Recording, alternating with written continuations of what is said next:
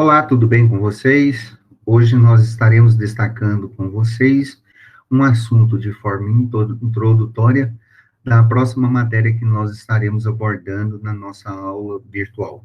Esta aula é uma aula de reposição gravada que estará disponível a todos vocês no Moodle, que vocês deverão assistir, onde estaremos abordando os sistemas de governo. Basicamente, o sistema parlamentarista e o sistema presidencialista, tá? Essa aula de reposição, ela refere-se ao feriado que nós estamos tendo, né? Então, vamos começar a nossa aula. Antes da gente falar sobre sistema de governos, né, nós precisamos destacar e precisamos conceituar o que é um sistema de governo. Então, um sistema de governo é a forma como o poder político de um país é dividido e é exercido.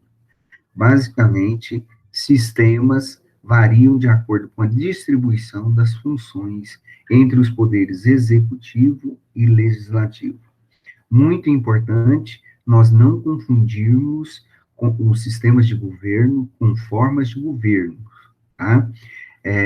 Que nós estudamos na aula passada, inclusive foi uma matéria de prova nossa, onde nós abordamos a monarquia e a república. E também é muito importante nós destacarmos com vocês que sistemas de governos é diferente de formas de estados. Em formas de estado, nós temos estados unitários, federados e confederados, que são diferentes, tá? Então, é importante agora vocês terem em mente que podem existir como sistemas de governos, monarquias parlamentaristas nos nossos dias hoje, tá? Monarquias parlamentaristas, repúblicas parlamentaristas e repúblicas presidencialistas, dos quais nós iremos tratar com vocês, já começando abordando o nosso assunto de hoje, mostrando a diferença básica entre parlamentarismo e presidencialismo. Tanto o presidencialismo quanto o parlamentarismo são dois sistemas de governos que existem na maioria dos governos democráticos na atualidade. O objetivo desses dois sistemas de governo é garantir a governabilidade e a segurança do Estado e dos cidadãos. A principal diferença entre esses dois sistemas de governo é o modo como é escolhido o chefe do poder executivo, ou seja, aquele que irá governar. Também, se as funções como chefe de Estado e chefe de governo serão concentradas em uma só pessoa ou dividida em duas pessoas. No presidencialismo, o chefe do poder executivo é sempre o presidente, que é eleito pelo povo por meio do voto direto ou indireto. No parlamentarismo, o chefe do poder executivo é o primeiro-ministro, que é escolhido pelos membros do poder legislativo. No entanto, quem elege o parlamento são os cidadãos. Tanto no presidencialismo, o chefe de Estado e o chefe de governo são a mesma pessoa. Por outro lado, no parlamentarismo, cada cargo é ocupado por pessoas diferentes. Talvez essa seja a principal diferença entre esses dois modos de governo, né? Então, nós vamos traçar, como nós falamos com vocês, uma diferença sucinta e básica do presidencialismo, primeiramente, depois nós vamos falar sobre o parlamentarismo, e vamos dar um enfoque diferenciado para vocês na hora que nós fizermos essa diferenciação. Vamos começar, então, falando sobre o presidencialismo, destacando principalmente como é que o presidencialismo funciona.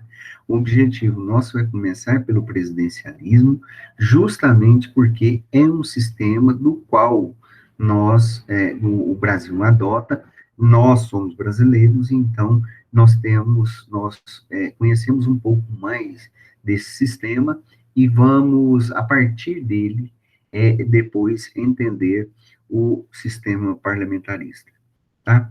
Então, no sistema presidencialista, nesse que é um sistema de governo, o chefe do executivo, como já falamos, é o presidente da República, que é escolhido pela população por voto direto. Em alguns países, como no caso dos Estados Unidos, quem escolhe o presidente é o cidadão, mas por meio de um voto indireto. Nas democracias ocidentais, o mandato geralmente é de 4 anos e está prevista em alguns países a reeleição, como é o caso do Brasil. O mandato presidencial só acaba antes deste período se o presidente renunciar, falecer ou sofrer um impeachment pelo Congresso. Isso pode acontecer em casos de crimes de responsabilidade, ou por crime cometido durante o seu mandato, ou se for cassado por crime eleitoral. O presidente pode montar o seu próprio governo, escolhendo os seus ministros e apontando os nomes para dirigir as diversas empresas públicas estratégicas do governo. O chefe do Poder Executivo também tem grandes escolhas nas prioridades do orçamento do governo, né?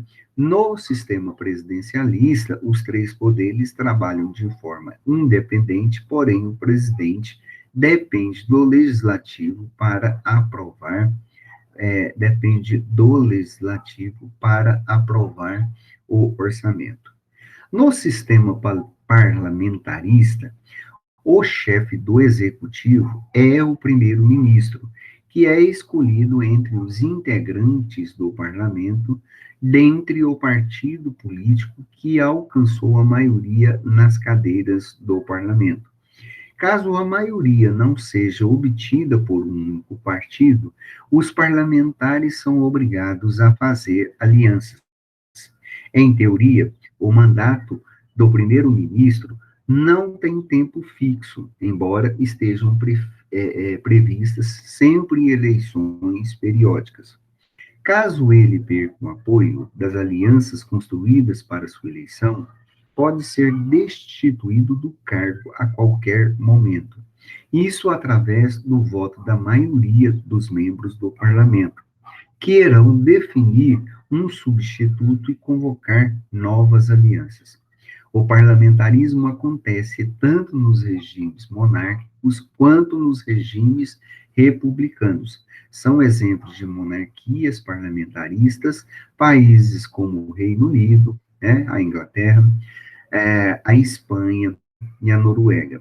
Por sua parte, também vale destacar que alguns países, como a Alemanha e Portugal, são república parlamentarista, tá? Bem, antes da gente falar mais sobre um histórico, traçarmos um histórico do parlamentarismo e do presidencialismo, gostaríamos de falar de algumas vantagens do presidencialismo e também desvantagens do presidencialismo em relação ao parlamentarismo e vice-versa. Bom, as vantagens do presidencialismo. Como o presidente é eleito pelo voto direto ou indireto, ele possui grande legitimidade para governar. Caso consiga construir uma base de aliados no Congresso, seu governo pode resultar em uma grande estabilidade institucional, né? Outra vantagem é o fato dos poderes atuarem sempre de formas separadas, mas interligados. O, o poder legislativo, ele pode discutir e aprovar ou não uma decisão do próprio executivo. Isto reduz as chances do executivo implementar políticas que sejam desfavoráveis para a população. Além disso, como os dois poderes são independentes, o sistema presidencial acaba garantindo uma maior estabilidade ao executivo. Isto porque o chefe não pode ser destituído com a mesma rapidez que pode ocorrer no sistema parlamentar. Como desvantagens dentro do sistema de governo presidencialista, né, nós podemos apontar os seguintes, né, mesmo apesar dos poderes serem independentes, o presidente ele depende muito dos legislativos para concretizar suas políticas e manter o governo estável. Quanto mais fragmentado for o sistema partidário, mais difícil para o presidente obter apoio dentro do Congresso.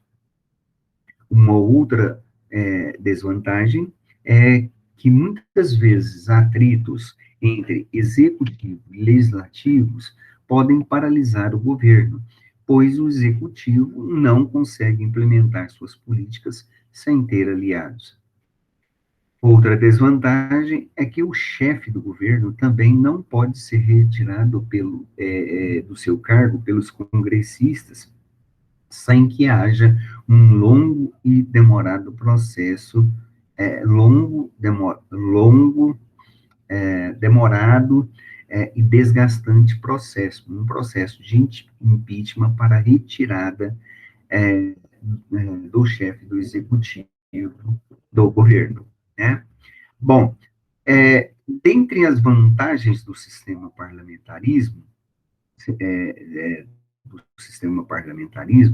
nós podemos observar que é o legislativo que define o executivo, tá?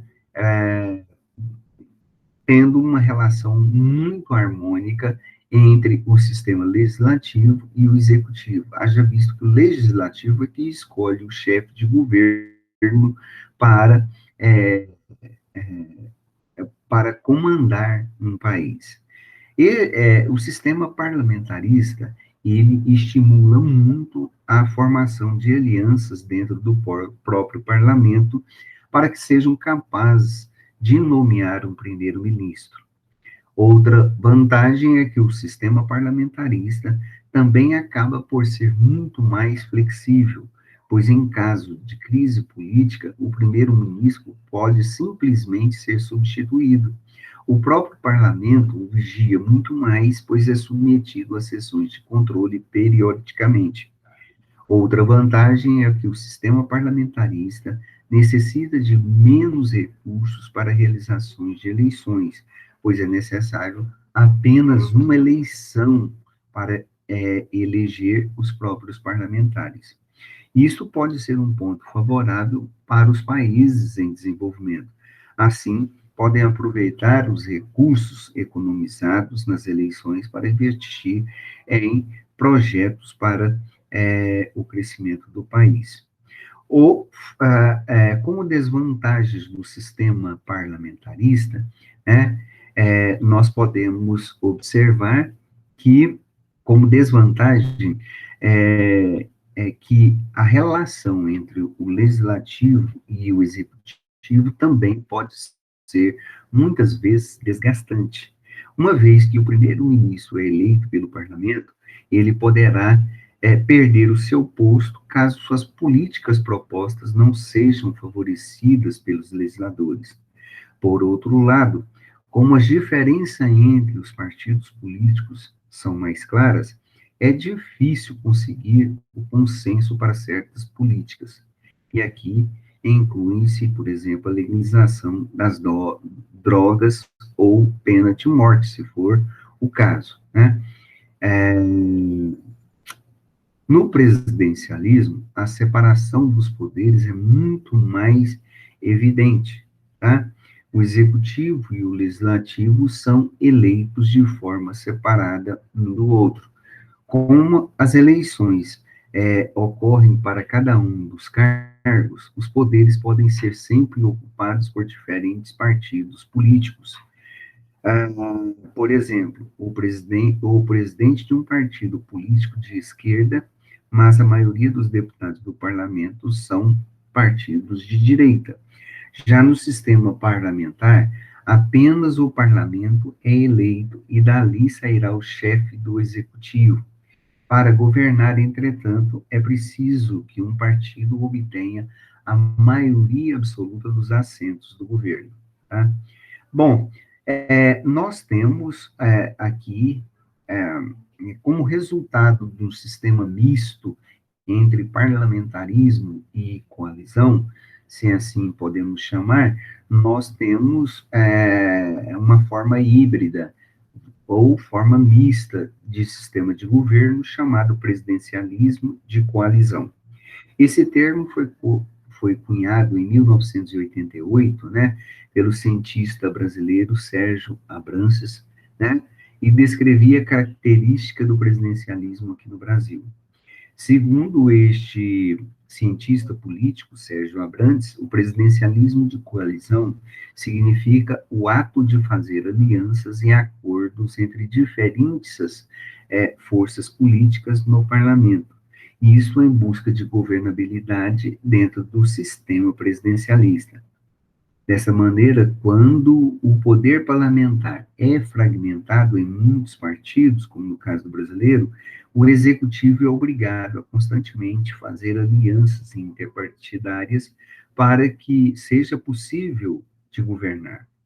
O problema é que, na busca dessas alianças, frequentemente o executivo precisa se unir a forças políticas de ideologias muito distintas. Um dos exemplos é quando o poder executivo distribui postos administrativos em troca de apoio político, que é muito comum dentro do nosso sistema presidencialista. Uma outra consequência é que os eleitores de um partido podem se desapontar com as alianças políticas de que seu representante faz. Em nome da estabilidade, o chefe do poder executivo pode se aproximar de outros grupos ideologicamente muito diferentes do seu, né? Nesse sentido aí, esse presidencialismo de coalizão tem crescido bastante, bastante mesmo, tá? Nos países parlamentaristas e também nos países com sistema de governo presidencialista, tá?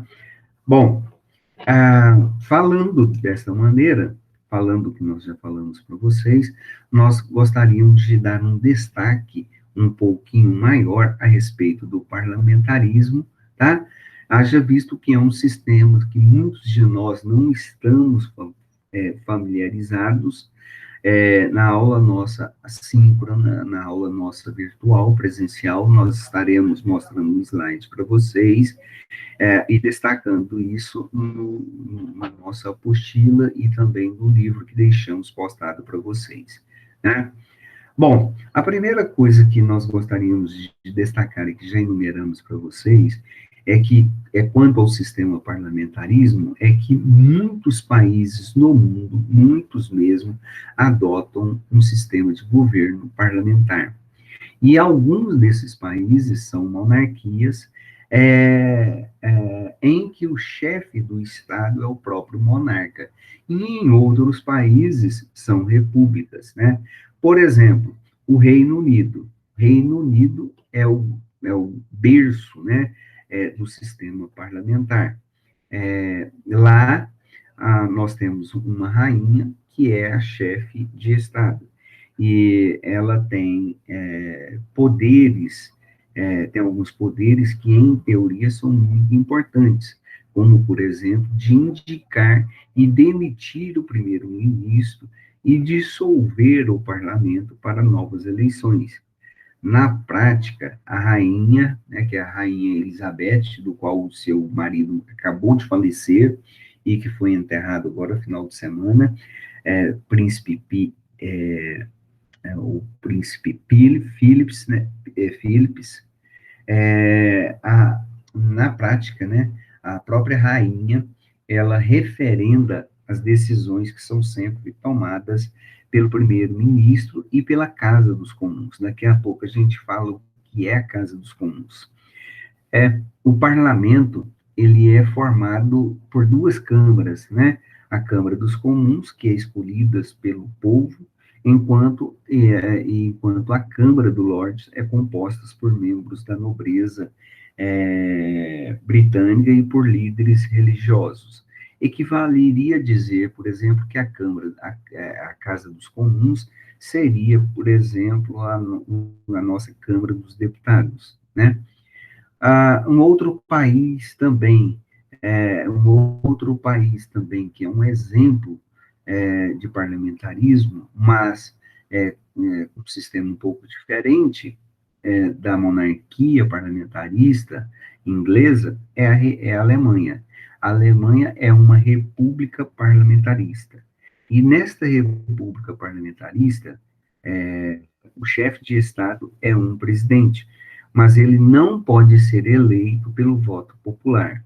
Neste caso, a Assembleia Nacional tem a única função de apontar o ocupante deste cargo. E na prática, então, gente, o presidente tem funções simbólicas.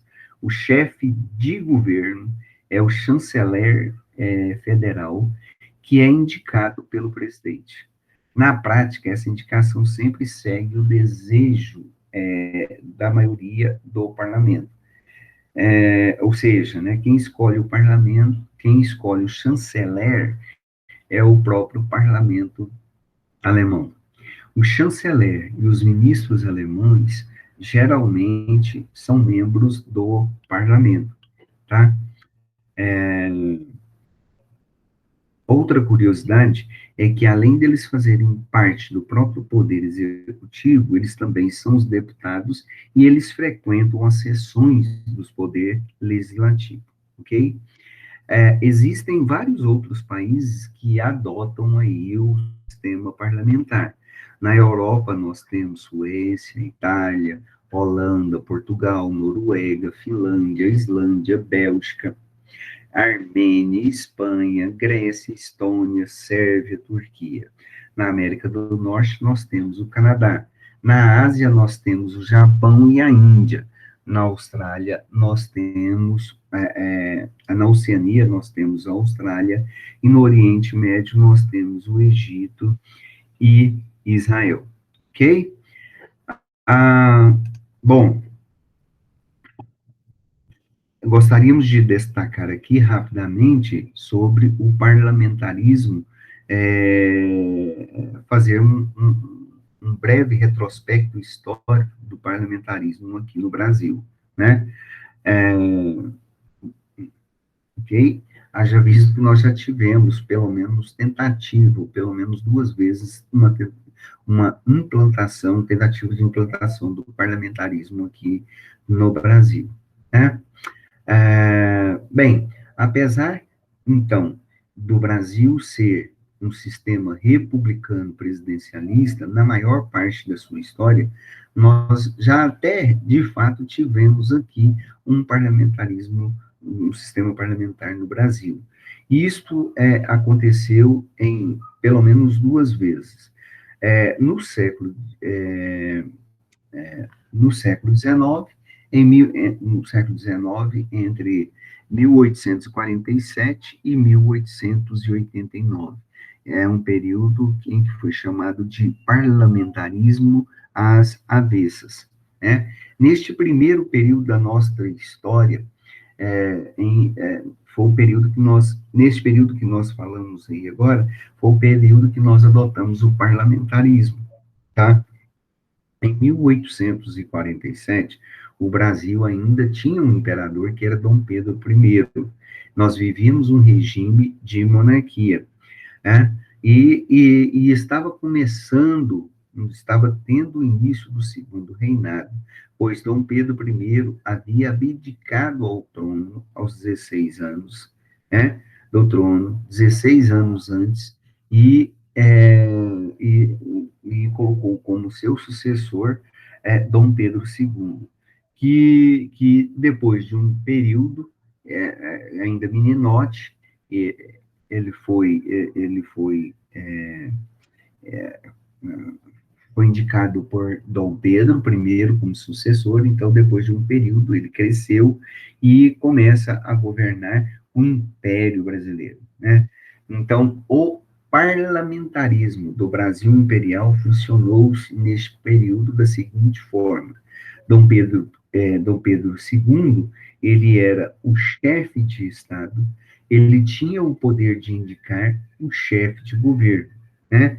Esse chefe de governo, ele era sempre o presidente do Conselho de Ministros e era sempre o mesmo, e era sempre o membro do partido com maioria no parlamento. Na época, havia dois grandes partidos somente, que era o Partido Conservador e o Partido Liberal. Ah, e também houve também um certo partido político, né, chamado de Liga Progressistas, né, que era uma dissidência do Partido Conservador, que foi fundado em 1862, e que em 1868 acaba se juntando ao próprio Partido Liberal. Bom, o sistema parlamentarista, no Brasil imperial, ele tinha uma característica essencial que o diferenciava dos demais sistemas parlamentares que vemos hoje em dia. O imperador possuía o chamado poder moderador, que lhe dava o direito de dissolver a Câmara a qualquer momento, bastando que ele não agradasse, né, da Câmara, da maneira, se essa Câmara o apoiasse ou não. No caso de um imperador, por exemplo, sempre sair derrotado nas eleições para a Câmara dos Deputados, ele podia simplesmente fechar a Câmara e convocar novas eleições. Além disso, o Conselho de Ministros era sempre subordinado à escolha do imperador. Outra diferença em relação aos sistemas parlamentares. O que isso significa dizer? Significa dizer que, apesar de formalmente adotada, adotada uma estrutura parlamentarista, o poder final continuava sempre nas mãos do imperador. É por isso que esse sistema aqui no Brasil, ele vigorou aqui no Brasil, na época de Dom Pedro II, e era chamado de parlamentarismo às avessas. Por quê? Porque justamente por causa da influência do poder moderador, que já existia no Brasil desde 1824, quando foi feita a primeira Constituição do Brasil independente. O modelo parlamentarista de 1847, ele também ele surge e ele procura atenuar os efeitos da primeira forma parlamentar de governo, né? Onde esse sistema parlamentar ele procura criar um sistema democrático aqui no Brasil. E então, em 1889, com a própria deposição de Dom Pedro II, acontece a proclamação da República e o Brasil passou a adotar um sistema parlamentarismo, tá? Em 1961, nós tivemos aqui uma tentativa de reimplantar o parlamentarismo, depois da renúncia de Jânio Quadros, né? Observem que foi em 1961, né? Então, nesta época, né, depois de quase 70 anos depois da proclamação da República no país, o Brasil vive um momento muito delicado da sua política nacional e o presidente Jânio Quadros, inesperadamente, ele renuncia ao cargo em 25 de agosto, tá, de 1961, né, data de aniversário do seu queridíssimo professor aqui, né, e dia do soldado também. Né, seu vice era João Goulart, né, que seria o sucessor aí de Jânio Quadros. Mas neste período, setores das Forças Armadas ficaram apostos e realizaram um golpe de Estado, porque eles não tinham muita afinidade com as ideias de João Goulart, que estava flertando, vamos dizer aqui, com o comunismo, né? Então, com o comunismo por meio de ideias com tendências trabalhistas, né? É, com ênfase a algumas ideias políticos partidárias de tendências trabalhistas, tá?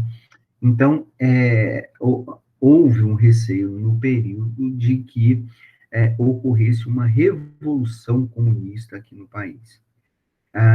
E aí aconteceu uma instabilidade política muito grande e os líderes do Congresso agiram muito rapidamente para procurar aí uma solução paliativa que agradasse os militares e que mantivesse então a democracia.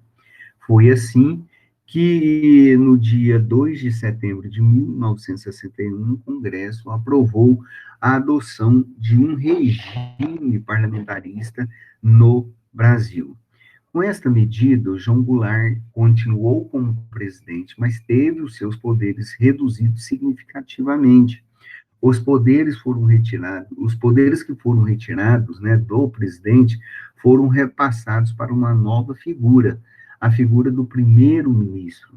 Neste período, né, e neste período, foi um período de 17 meses, mais ou menos, de parlamentarismo, dentro dos anos de 1960, o Brasil teve três primeiros ministros.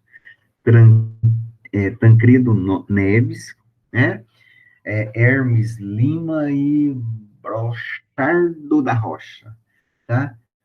A ideia básica era manter o sistema vigorando pelo menos até 1965, que era o final do mandato de João Goulart, quando seria feito um plebiscito para que o povo decidisse entre parlamentarismo e presidencialismo. Entretanto, o plebiscito acabou sendo, tá, antecipado para o início de 1963. O resultado foi a vitória do presidencialismo, o que fez com que João Goulart ele voltasse a ter todos os poderes presidenciais que tinham antes desta data. E então, neste período, encerra-se de maneira muito rápida a experiência parlamentarista no Brasil, tá? E ainda nós temos uma outra tentativa de reimplantação do parlamentarismo do Brasil em 1993, né? Ou seja, 30 anos depois do último período de implantação do próprio parlamentarismo no Brasil, foi convocado um novo plebiscito para que os eleitores decidissem entre presidencialismo e parlamentarismo. E aí foi feita outra escolha, tá? Neste plebiscito entre república e monarquia também. Mas o contexto brasileiro já era outro, muito mais tranquilo do que nos anos de 1960, onde nós tínhamos uma polarização de comunismo e capitalismo. E aí, neste período, tá? É, é, é, Depois da proclamação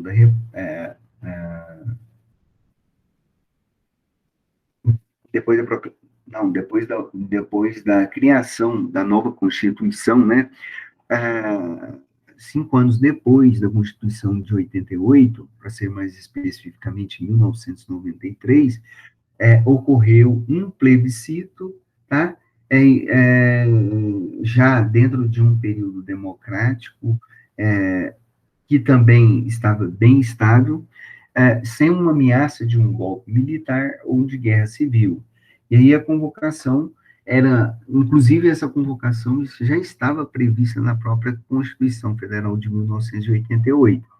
E no dia 21 de abril de 93, ou seja, 20, quantos anos? Hoje é 21 com 7, 28 anos atrás, né, foi realizado o plebiscito e o Brasil optou por um regime republicano e um sistema de governo presidencialista. Esta aí foi a última vez em que o sistema parlamentarista teve chance de vigorar aqui no Brasil, né? Ah, ok? Bom, essas daí são as ideias. Bom, deixa eu só comentar rapidamente aqui sobre o parlamentarismo, sobre o presidencialismo aqui no Brasil, né? Ah, bom, ah, uma coisa que a gente tem que destacar quanto ao sistema de governo presidencialista, tá? É que presidencialismo e república sempre, sempre, sempre andam juntos, tá? O presidencialismo é um sistema que está junto dos regimes republicanos. E na república não há monárquicas, né? Não há reis. É um regime que não se pauta aí na ideia de que o poder emana de um direito divino destinado a uma pessoa ou família específica. O poder emana do próprio povo, né? Do próprio povo que elege o seu representante para governar. Nas repúblicas, geralmente, a maioria das repúblicas, né, ou geralmente nós podemos fazer essa afirmação, são democracias e possui aí uma clássica separação de poderes entre executivo, legislativo e judiciário. Isso não quer dizer que em toda república você verá um presidente, tá? Como um líder, como um principal líder, pois nós já vimos que em algumas repúblicas pode ser adotar o parlamentarismo, tá? Inclusive chegou, só para relembrar, chegou até a ser proposto aqui no Brasil, uma espécie de república parlamentarista ou aquilo que a gente chama de semipresidencialismo, tá? Mas a maioria dos regimes republicanos no mundo são regimes presidencialistas, como é o caso aqui do Brasil. Gostaria de ressaltar novamente algumas características do presidencialismo, tá? Em regimes, em sistemas presidencialistas, há a distinção entre chefe de Estado e chefe de governo.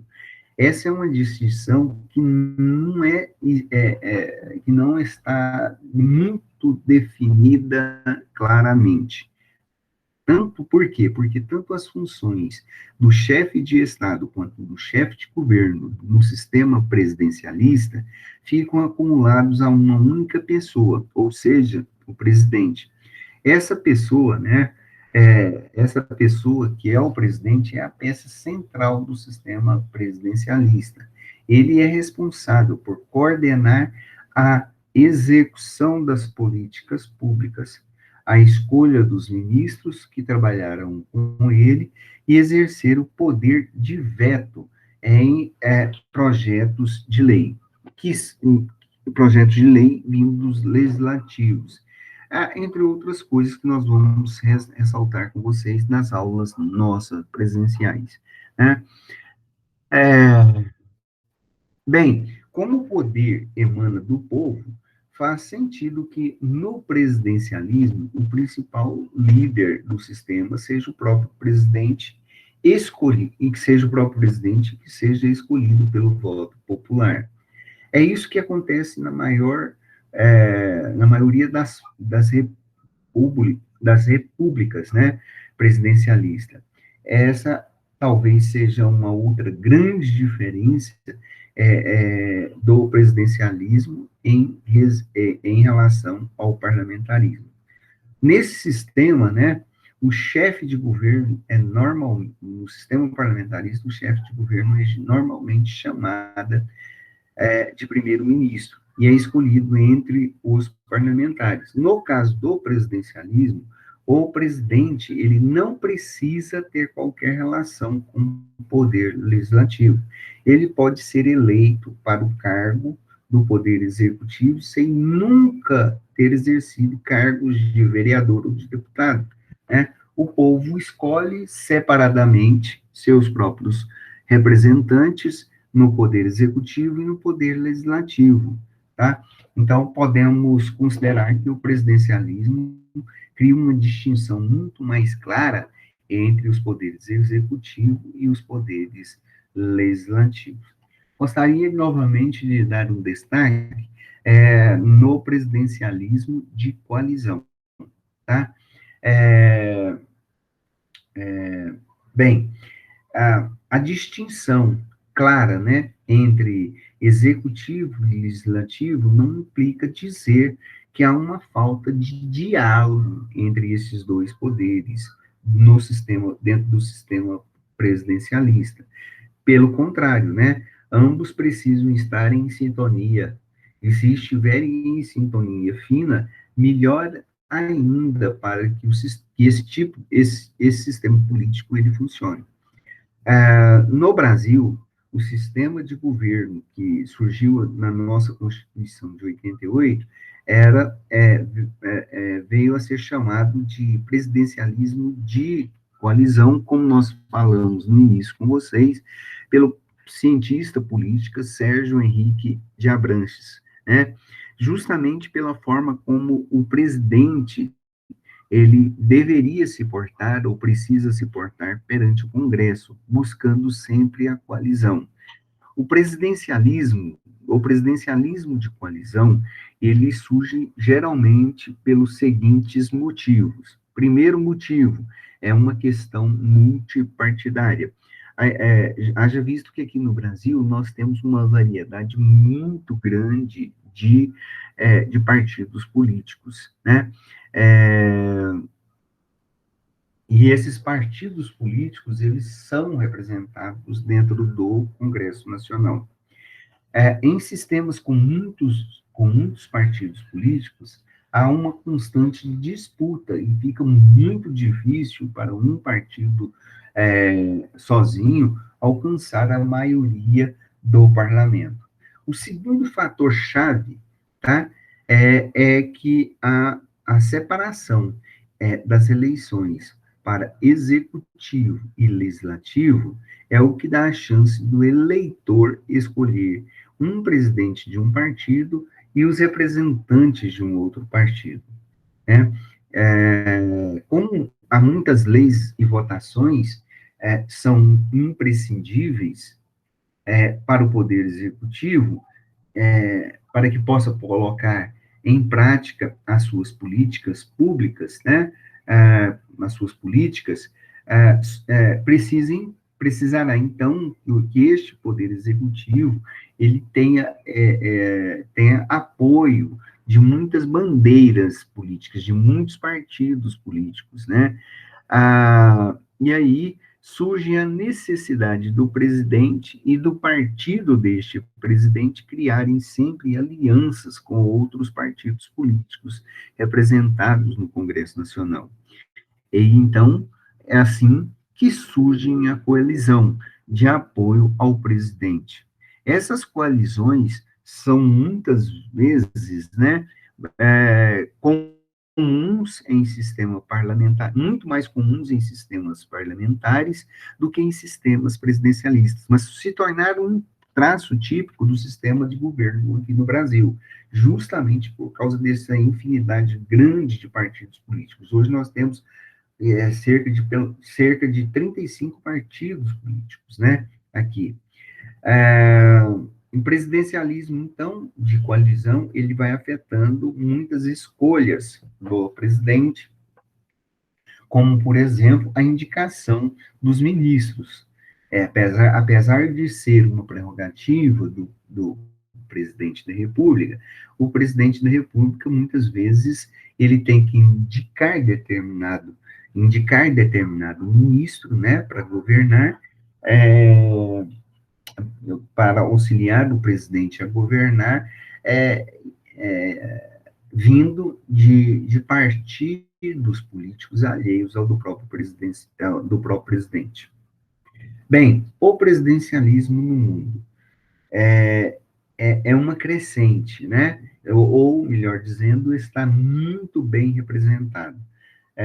O sistema presidencialismo no mundo todo, ele é muito mais conhecido da forma do presidencialismo dos Estados Unidos da América, tá?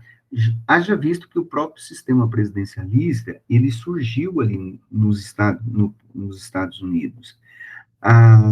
Bem, Lá nos Estados Unidos se vota para presidente, mas o voto é indireto. Por quê? Porque ele é determinado por um colégio eleitorado. Este colégio eleitorado é composto por delegados de todas as regiões do país. Esses delegados, eles também são eleitos pelo povo, né? Que vão escolher, então, os seus representantes, o povo escolhe seus representantes, e depois, dentro desse colégio eleitoral, eles escolhem o presidente. Existem no mundo todo muitos países que adotam o presidencialismo, né? Praticamente todos os países da América Latina são repúblicas presidencialistas, como México, Argentina, Colômbia e o próprio Brasil, né? Boa parte dos países africanos também são, como Angola, e em alguns países da Ásia, como a Indonésia, possuem aí como modelo, é, são repúblicas e que possuem como modelo esses sistemas parlamentares. Como nós destacamos com vocês, algumas vantagens do presidencialismo e desvantagens também no início, né? Só voltando novamente sobre as vantagens do sistema presidencialista, nós poderíamos falar sobre a legitimidade. Uma outra vantagem é a estabilidade e a eficiência do governo, tá? Como desvantagem, nós poderíamos falar sobre o personalismo e a rigidez, é, do governante, tá? Bom, a legitimidade. Por que que nós falamos que a legitimidade muitas vezes é um fator positivo? Porque dentro do sistema presidencialista, o chefe de governo, que é o presidente, ele é eleito pelo voto popular, e isso é comum, né, dentro dos sistemas parlamentaristas, né? Por quê? Porque somente o primeiro-ministro é que é escolhido pelo parlamento ou pelo próprio chefe de Estado. Isso é um ponto positivo, por criar uma maior legitimidade. Afinal, a votação para a escolha de um presidente na figura de uma pessoa dentro de um partido político, né, reforça aí de maneira direta, reforça aí um ideal democrático, tá? Nós temos também a estabilidade e a eficiência, que é uma outra vantagem, tá? Do presidencialismo, porque a figura do presidente eleito pelo voto direto torna o poder executivo muito forte e estável, né? Essa liderança aí do presidente proporcionaria uma maior capacidade de ação para o executivo. É, Dentre as desvantagens, nós gostaríamos de falar sobre aquilo que nós chamamos de, no mundo da ciência política, de personalismo. É frequente, né, no presidencialismo, a ascensão de governantes que tentam derrubar aí os arranjos democráticos estabelecidos e transformar esse sistema presidencialista em uma forma ditatorial de governo, né? Onde muitos tentam aí permanecer no poder e acumular mais e mais poder. E isso pode, inclusive, levar aí a períodos de grandes instabilidades políticas, permitindo com isso, né, é, a figura do líder máximo dentro desse sistema, um sistema presidencialista.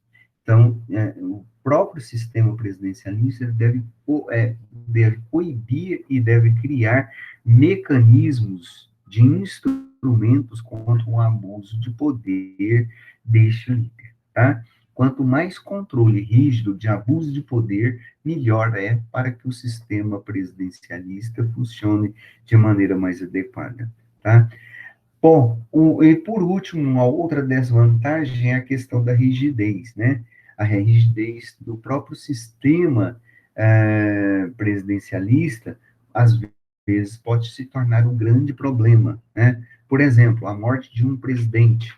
Nós já tivemos a morte de uma pessoa que não chegou nem a ser empossada, que foi Tancredo Neves, né? Que já até falamos aqui há pouco instante. É, a morte dele trouxe uma crise muito grande, tá?